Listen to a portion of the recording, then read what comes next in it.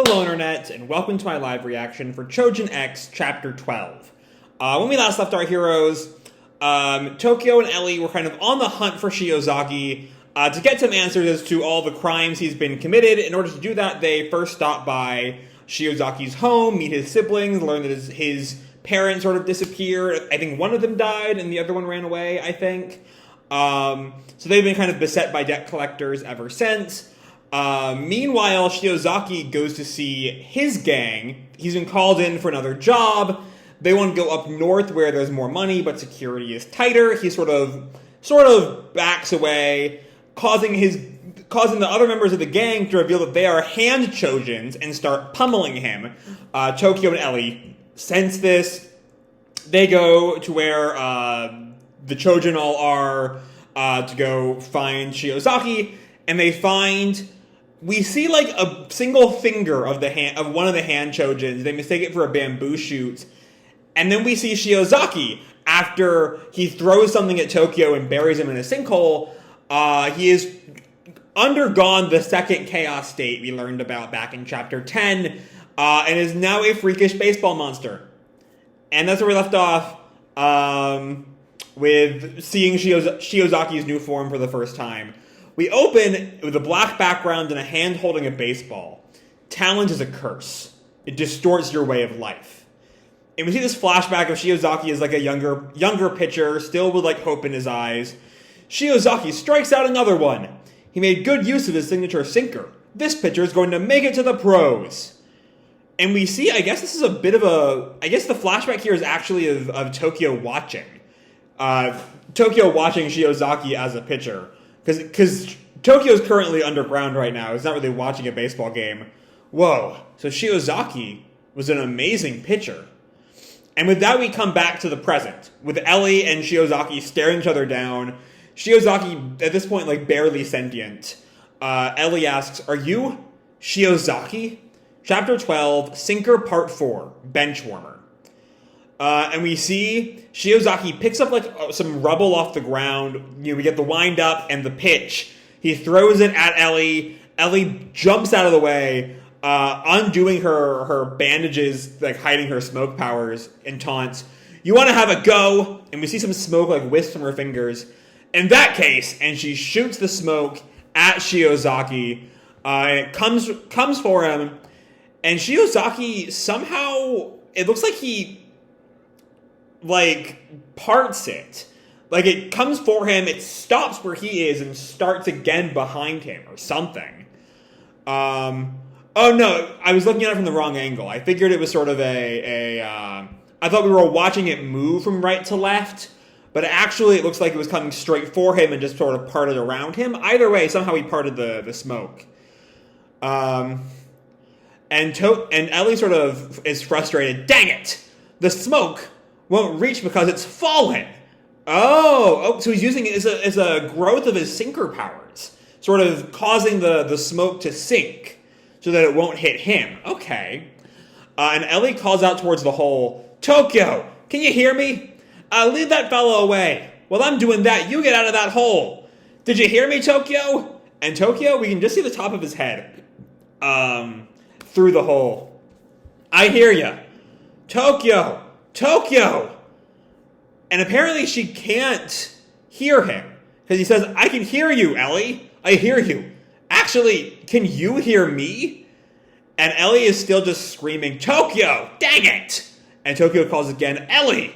And we see Ellie sort of starts to fight anyway, using her smoke kind of get onto the wall. Tokio thinks, "Don't do anything reckless on your own, Ellie. I'll think of a way to get out of here."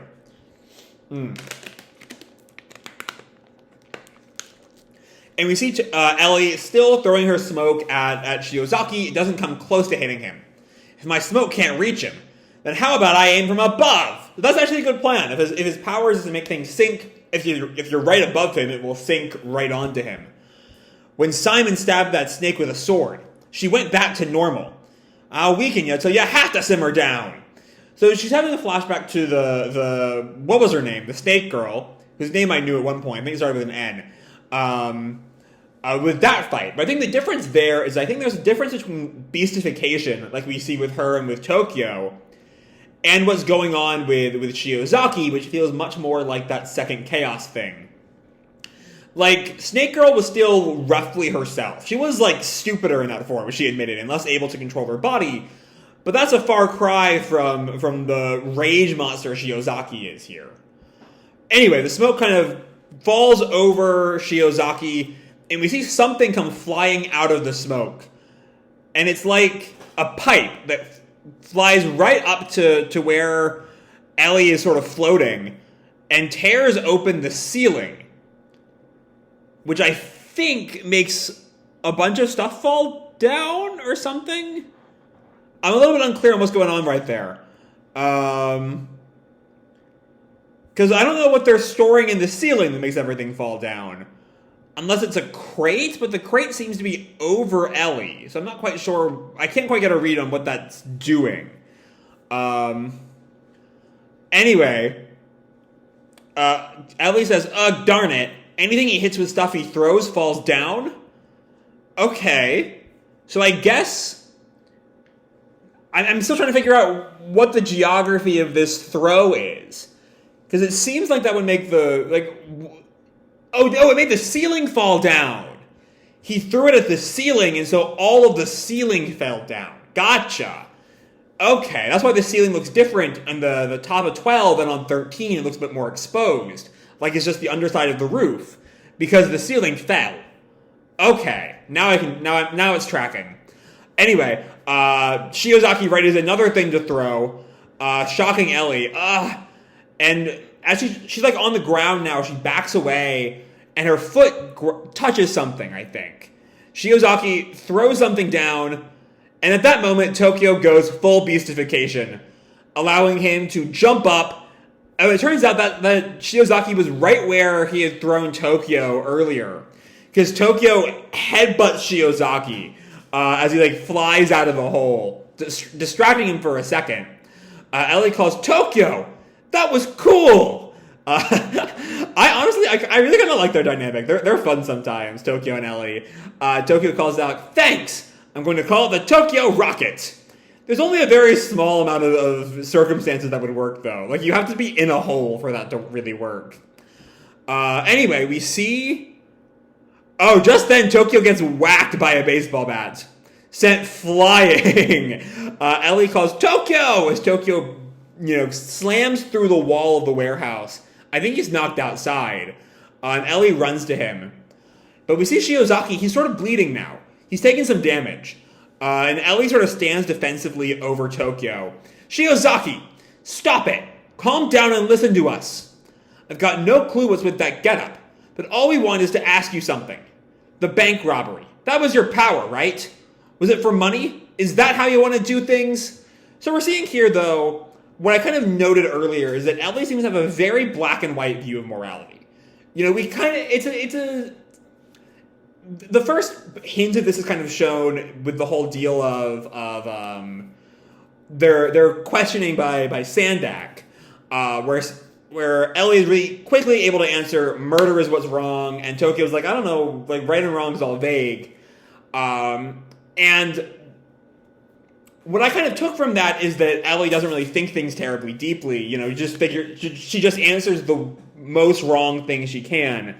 But what I think we were supposed to take from that is that Ellie has this sort of black and white view, sort of ties legality in with morality, So to Ellie, there has to be a damn good reason he's committing crimes because crime is wrong.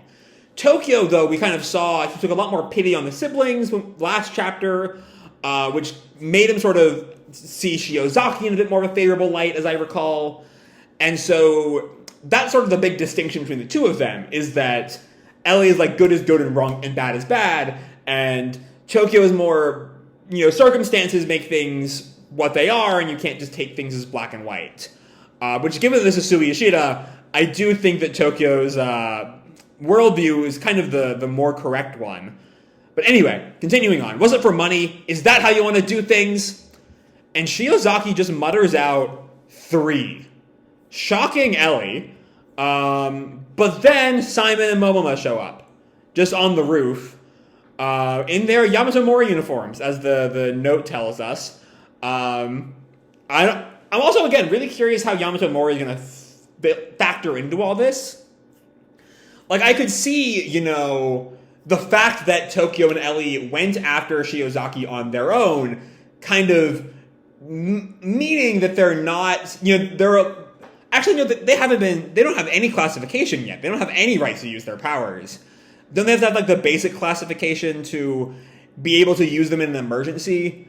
My point was going to be, I'm not sure this even qualifies as an emergency, because the two of them went into this, willingly instead of giving this over to Yamato Mori. Also doubtful Yamato Mori will have any pity for Shiozaki whatsoever. But we'll see. We'll see. Because all of a sudden, I guess the damage causes this hole to open in the roof. Through which Simon jumps down. And Simon, I guess, readies his weapon. Move aside, student. And he grabs the cards in his wrist. Second blade. Lone sword. And he summons all of these swords. We have the reminder of who he is, Simon Kagomura, the sword Choujin. These swords sort of floating behind him. Master sword. And they all pierce through Shiozaki. So we saw that Snake Girl survived this, right? But also she was like a human body in this giant snake carcass. Giant snake body, I mean. Shiozaki's not quite so lucky. Because, there's no room for another human body in there. So I don't think that might just killed Shiozaki. And we see Simon activates his next attack, Paralyze. Kurakushi. And the swords, electrocute Shiozaki. Tokyo looks shocked. Electricity? And we see Shiozaki he doesn't look dead, but he's smoking. And Simon calls Momoma. He's chaosified. We need to raise him. So we're seeing, the second chaos state that was pointed out a couple chapters ago. I don't know what raise him means, though, in this context. I'm sure we'll find out. Maiko jumps down. Got it! And she picks up, she grabs Shiozaki by the chin. Shiozaki! I'll be as gentle as I can. I'm sorry. Oh, and she breaks his neck. The strength Choujin, Maiko Momoma. So there is at least some degree of pity in that I'm sorry, but she still does just execute him. And he's, broken neck. He looks dead to me. Shocking both Tokyo and Ellie. Ellie calls, Momoma, did you kill him? No, Ellie. He'll probably get up again. Get back. Okay, so he's not dead. What? And Momoma tells him, Shiozaki, if you keep this up, you won't be able to turn back. So, and Shiozaki looks even more wild now. He roars. We see the stitching, the stitch lines of the baseball where his eyes were kind of split open, each revealing multiple eyes in there. He's getting weirder and weirder. And the building, we see the outside of the building, and it collapses. To be continued. Okay. So, okay, where to start? So in just pure action, there's a lot of fun here. There's a lot of fun in this.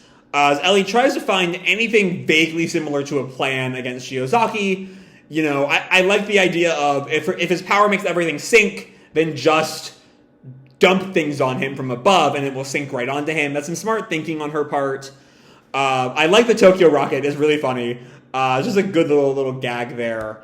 Even if it doesn't lead to much, as Tokyo just gets whacked. And then we see Ellie sort of standing up to Shiozaki. I like that bit good. I like that a good bit. Again, we get more glimpses of sort of Ellie's moral system as opposed to what we've seen from Tokyo. The one question I really have about this chapter that I just don't know is this 3 bit we see here. Because I'm not quite sure. That doesn't lead to anything. He's not counting down, or if he is, we don't get the 2-1 here. So I'm not sure what that's supposed to be. I don't know. Anyway, we also have Yamato Mori's arrival, which is the other thing to really talk about this chapter. Is that they're at least not killing Shiozaki. So that, I'm thinking again in terms of the kinds of values Yamato Mori has. The sort of, they have this like super rigid classification system. It feels like they're this sort of black and white organization that Ellie would fit right into, but maybe Tokyo wouldn't. But I'm also just sort of assuming off the very limited information we have of Yamato Mori. But I don't know. That'll all sort of have to wait and see as the arc nears its conclusion. We're definitely nearing the end of Sinker. I can't imagine it's going to go on for more than like 2 more chapters, I think. But yeah, there's a lot of fun here. There's a lot of fast-paced action, and a little bit of character work in there, and a little bit of more Choujin lore, sort of figuring out how being chaosified really works. Seems to give him incredible regenerative capabilities, as his neck is literally broken, and he just comes right back from it. But whatever, we'll see how all that plays out going forward. For now, the building is collapsed on our hero's heads, plural. And I don't know, we'll see how they make it out of this one alive next time. So I'm going to leave this video off here. Hope you all enjoyed the chapter and the video itself. If you did, feel free to drop me a like or subscribe, or, do whatever makes you happy, And as always, your life is your own, okay? Bye!